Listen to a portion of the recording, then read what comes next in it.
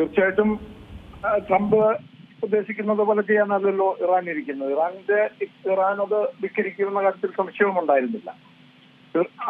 അലി ഖൊമേനിയുടെ മകനെ തന്നെ വെച്ചതിലൂടെ ഒരു സന്ദേശവും ഉണ്ടല്ലോ. ഇറാൻ അമേരിക്ക പറയുന്നത് കേൾക്കില്ല, അല്ലെങ്കിൽ അവരുടെ അനുസരിക്കാനുള്ള കൽപ്പാവയാവില്ല എന്നുള്ളത് തന്നെയാണ് അവരുടെ കൃത്യമായൊരു നിലപാട്. അതിനകത്ത് മാറ്റമുണ്ടെന്ന് എനിക്ക് തോന്നുന്നില്ല. എന്തായാലും ഈ മജ്തബ ഖമനേയിയെ വെച്ചത് വഴി അവിടെ ഈ ആക്രമണങ്ങളിൽ നിന്ന് പിന്നോട്ട് പോകുന്നില്ല എന്ന് തിരിച്ച് ഇറാനും തെളിയിച്ചിരിക്കുകയാണ്.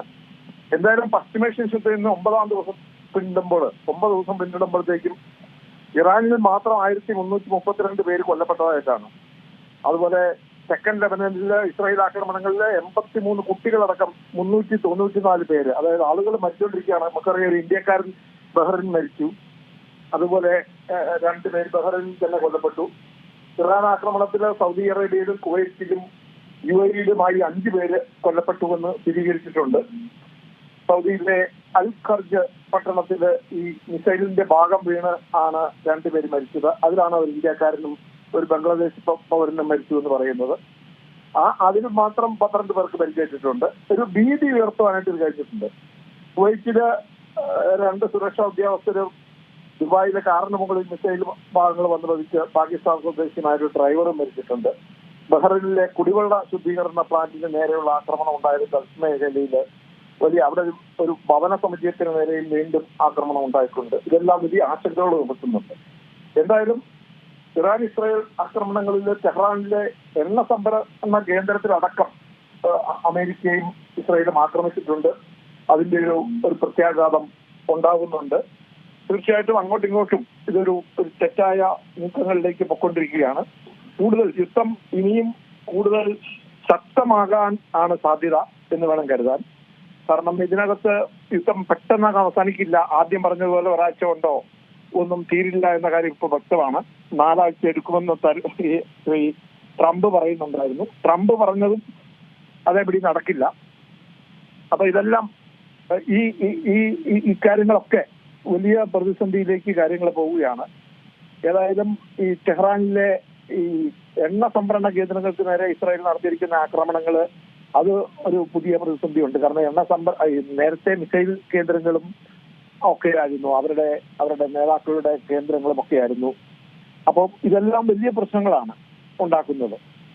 ഈ വലിയ തോതിലുള്ള ഒരു യുദ്ധത്തിലേക്ക് തന്നെ കാര്യങ്ങൾ വഷളായിക്കൊണ്ടിരിക്കുകയാണ്. അതിന്റെ ഒരു പ്രതിസന്ധി മലയാളികൾ അടക്കമുള്ള, നമുക്കറിയാം ഗൾഫ് മേഖലയിലാണ് ലക്ഷക്കണക്കിന് മലയാളികൾ ഉള്ളത്. 1 കോടിയോളം പ്രവാസികളുള്ള ഒരു മേഖലയാണത്. നമുക്ക് ഇന്ത്യക്കാരുടെ അതിൽ തന്നെ കൂടുതലും മലയാളികളുടെ ഒരു വലിയ ആശങ്ക അവർക്കുണ്ട്. പലരും നാട്ടിൽ വന്ന് കുടുങ്ങിക്കിടക്കുന്നു, ചിലർ അവിടെ കുടുങ്ങിക്കിടക്കുന്നു, പോരാൻ പറ്റാതെ പോകുന്നു. വലിയ തോതിലുള്ള ഒരു പ്രതിസന്ധി എല്ലാ മേഖലകളിലും ഉണ്ട്. പ്രത്യേകിച്ച് UAE, സൗദി അറേബ്യ, നമ്മുടെ കുവൈറ്റ്, ഖത്തർ, ബഹ്റിൻ, ഒമാൻ അടക്കമുള്ള രാജ്യങ്ങൾ. ഒമാനിലേക്ക് ഇപ്പോൾ ആക്രമണം ഉണ്ടാവുന്നില്ല, പക്ഷെ പ്രതിസന്ധി വലുതാണ്. ഈ പ്രശ്നത്തെ എങ്ങനെ പരിഹരിക്കാനൊരു നീക്കവും അമേരിക്കയുടെ ഭാഗത്തുനിന്നോ അല്ലെങ്കിൽ വേറെ ഏതെങ്കിലും ഒരു മധ്യസ്ഥ രാജ്യത്തിന്റെ ഭാഗത്തുനിന്നോ കാര്യമായിട്ടില്ല. ചൈനയും റഷ്യയും ഇക്കാര്യത്തിൽ വളരെ പ്രതിഷേധിക്കുന്നൊക്കെ ഉണ്ടെങ്കിലും നേരിട്ട് യുദ്ധത്തിലേക്ക് ഇതുവരെ കൈ കടത്തിയിട്ടില്ല. കാരണം നമുക്കറിയാം റഷ്യ അവിടെ ഉക്രൈൻ യുദ്ധത്തിന്റെ അവസാനിക്കാതെ 4ാം വർഷത്തിലാണ്. അപ്പൊ അത് ഒക്കെ പ്രശ്നങ്ങൾ ഉണ്ടാക്കുന്നുണ്ട്. എന്തായാലും ഈ നമുക്കറിയാം ഇവിടെ എണ്ണ വില കൂടിക്കൊണ്ടിരിക്കുന്നു, പെട്രോളിയം പാചകവാതകത്തിന്റെ വില കൂട്ടിക്കഴിഞ്ഞു, നമ്മുടെ വിൽപ്പന വില ഇനിയും അത് കൂടിയേക്കാമെന്നൊരു പേടിയുണ്ട്. ഇതെല്ലാം വലിയ പ്രശ്നങ്ങളാണ് ഉണ്ടാക്കിയിരിക്കുന്നത്.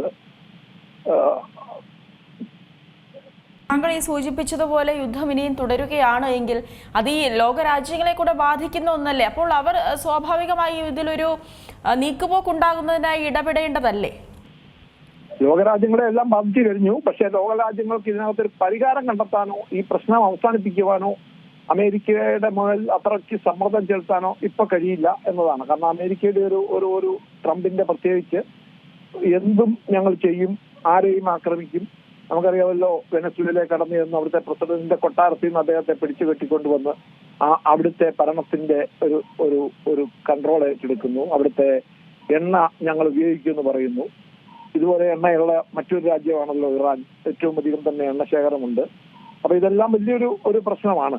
അത് ആ പ്രശ്നത്തെ എങ്ങനെ പരിഹരിക്കും എന്ന് ആർക്കും അറിയത്തില്ല എന്നതാണ് പ്രശ്നം.